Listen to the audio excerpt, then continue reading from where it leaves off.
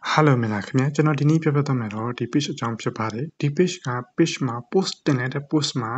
reach တွေ engagement တွေ viewer တွေကြာမှာဈေးအောင်ဈေးဝယ်ကျသွားခဲ့တယ်ပြောတဲ့အတွက်ကြောင့်မို့ page ကိုတစ်ချက်စစ်ကြည့်ပေးပါလို့ပြောတဲ့အတွက်ကြောင့်မို့ကျွန်တော်တေချာလေးစစ်ပြီးမှပြပြပေးမယ်လူချင်းမင်းတို့ page မှာလည်း reach engagement ကျနေဆိုရင်တော့ဒီ video ကြည့်ပြီးမှကိုတိုင်လုံနိုင်ပါစေခင်ဗျာနော်အဲ့အတွက်ကျွန်တော်ဒီမှာ C dashboard ရှိရကျွန်တော်ဒီဥစ္စာတစ်ချက်ထောက်သွားလိုက်မယ်ဒီဥစ္စာတစ်ချက်ထောက်မယ်ဆိုဒီမှာ reach engagement နဲ့ဒီအပတ်အတွင်းမှာတော်တော်လေးကိုထိုးကျသွားခဲ့တယ်ထိုးကျသွားတဲ့မှာဒါလေ86% 89% 85 81% ဆိုပြီးကျသွားပြီတော်တော်များများကျသွားခဲ့တဲ့အတွက်ကြောင့်မို့ CEO တစ်ချက်နေမယ်ဒီ page မှာဒါ error ရှိတဲ့အတွက်ကြောင့်အခုလိုမျိုး reach တွေ engagement တွေ 1 minute view တွေအကလုံးကျသွားခဲ့တယ်ဖြစ်ပါတယ်အဲ့အတွက်ဒီ page မှာဘလို့ error ရှိတယ်ဆိုကျွန်တော်တစ်ချက်သွားကြည့်မယ်အဲ့အတွက်ဒီဖက်တစ်ချက်လာမှာဒီ C dashboard ပဲတစ်ချက်ပြန်ထောက်သွားလိုက်ပါမယ်ပြီးလို့ရှိရင်ဒီမှာတစ်ချက်ကြည့်မဆိုလဲ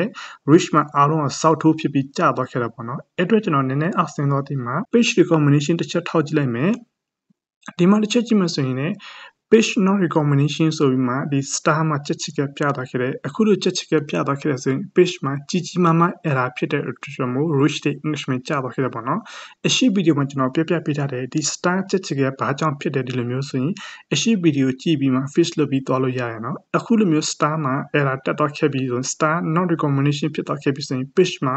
post အသစ် content အသစ် video အသစ်ဘလောက်ပဲတင်ပြီးအလုပ်လုပ်လို့ viewer ပညာကျပြီးအယောင်ဝယ်လုံးဝကျသွားခဲ့တယ်တင်လိုက်တဲ့ video content မှာလူအများစီအောင်မရောက်ဘဲနဲ့ဒီ page မှာရှိတဲ့ follower 10% 5% လောက်ပဲရောက်တဲ့အတွက်ကြောင့်အရန်ကို reach engagement ကျမှာပေါ့နော်အဲ့အတွက်ကျွန်တော်နည်းနည်းအောက်ဆင်းသွားမှာ page status တစ်ချက်ထောက်သွားကြည့်မယ် page status ကိုထောက်သွားမယ်ဆိုလည်းဒီမှာလည်း page is at risk ဆိုမှ page quality အနေအဖြစ်ပြီးအောက်မှာ strike နေခြင်းလာပြီးမှအောက်မှာ intellectual property ဆိုမှအပြင်စာ strike ထိသွားခဲ့တာပေါ့နော်ဒီအပေါ်ဥစ္စာဆိုလို့ရှိရင် security နဲ့ပတ်သက်ပြီးထိသွားခဲ့တယ်အောက်ကကျတော့ကိုယ်ပိုင် content မဟုတ်ပဲ third party content ယူပြီးသုံးတဲ့အတွက်ကြောင့်အခုလိုမျိုးဖြစ်သွားခဲ့တယ်ကျွန်တော်ဗီဒီယိုမှာခဏကျွန်တော်ပြပြီးတယ်ကျွန်တော် page မှာအလုပ်လုပ်တယ်ဈေးအောင်ဈေးဝယ်လုပ်တယ်ဒါမှမဟုတ်ရင်လည်း entertainment ဘာညာတင်နေဆိုရင်တက်ပုံဘာညာတင်မယ်ဆိုရင်သူများစီက download ဆွဲမှတက်ပုံဆိုရင်တေချာလေးပြန် edit လုပ်ပြီးတင်တော့ပါသူများစီက copy ကူတာတက်ပုံတွေကိုဘယ်လိုပြန် edit လုပ်ပြီးတင်သွားရမလဲဆိုရင်ကျွန်တော်အရှိဗီဒီယိုမှာတင်ပြထားတယ် Canva software နဲ့ edit လုပ်ပုံလုပ်နေပြီးလို့ရှိရင် page မှာတင်မှုတင်ပြီးပတ်သက်ပြီးအားလုံးပြပေးထားတယ် copy looking အောင်ပေါ့နော်အဲ့အတွက်ကျွန်တော်နောက်တစ်ခုအနေနဲ့ဒီဖက်တစ်ချက်ထောက်ပြီးမှအဲ့အတွက်ဒီဖက်လာပြီးမှကျွန်တော်ဒီ page sport inbox ဆိုကျွန်တော်တစ်ချက်သွားကြည့်လိုက်ပါမယ်ခင်ဗျာနော်အဲ့အတွက်ကျွန်တော်ဒီ sport inbox တစ်ချက်နေမယ်ပြီးရင် URL alert တစ်ချက်ထောက်သွားလိုက်မယ်ဒီမှာဆိုလို့ရှိရင်သူစာ corporate ထိထားဥစ္စာအများကြီးရှိရဲဒါပေမဲ့ဒီ page မှာတင်ထားတဲ့ content တချို့မှာ corporate များတယ်ဒါပေမဲ့ copyright တော့မလာသေးဘူးအဲ့ဒီ content လေးဖြစ်ရမယ်အခုဒီမှာ Facebook ကသတိပေးထားတဲ့စာသားနဲ့ပတ်သက်ပြီးဒီ content နဲ့ပတ်သက်ပြီးအားလုံးဖြစ်သွားရမယ်ဒါကြတော့ကိုယ်ပိုင် content မဟုတ်ဘဲနဲ့ copyright ထိထားတဲ့အတွက်ကြောင့်အခုလိုမျိုး strike လေးတွေဖြစ်သွားခဲ့တာပေါ့နော်ဒီဥစ္စာဖြတ်ဖို့ဆိုရင်တော့ကျွန်တော်ဒီဥစ္စာတစ်ချက်ထောက်လိုက်မယ်ထောက်ပြီးတော့ခဲ့ပြီဆိုရင်ကျွန်တော်အောက်က CDT တစ်ချက်တော့ကြည့်မယ်ဒီမှာအတန်ပိုင်းဆရာမှာ corporate ဖြစ်သွားခဲ့တယ်ဒီ page owner ကိုယ်ပိုင် content မဟုတ်ဘဲနဲ့ကိုယ်ပိုင် video မဟုတ်ဘဲအခြား social media video တွေကို download ဆိုပြီး edit မလုပ်ဘဲ page မှာတင်တယ်တချို့ video တွေကဒီချက်ချင်း corporate မလာပေမဲ့တင်ပြီးတော်တော်လေးကြာမှာ reach engagement နည်းနည်းပေါက်လာခဲ့ပြီဆိုမှအဲ့ချိန်မှာ straight ထိတယ်တချို့ content ကြတော့ကျွန်တော် download ဆိုပြီးတင်ပြီး3မိနစ်4မိနစ်နေချက်ချင်း straight ထိတာပေါ့နော်ဒီ Facebook AI အလုပ်လုပ်တဲ့နည်းနည်း different ရှိတဲ့အတွက်ကြောင့်မို့ကျွန်တော်ဘက်ကနေတိကျလေးသတိထားပြီးတင်သွားရမယ်ကျွန်တော်အရှိ video မှာဆိုရင်ကျွန်တော်တို့ကိုယ်ပိုင် content မဟုတ်ပဲသူများ content တွေကို download ဆွဲလာပြီးသူများ video တွေကို download ဆွဲလာပြီးဘယ်လို edit လုပ်ပြီး page မှာတင်သွားရမလဲ download ဆွဲပုံဆွဲနည်း edit လုပ်ပုံလုပ်နည်း export လုပ်ပုံလုပ်နည်း page မှာတင်ဖို့တင်နည်းအစအဆုံးကျွန်တော်တင်ပေးထားတဲ့ ANZ ထိပေါ့နော်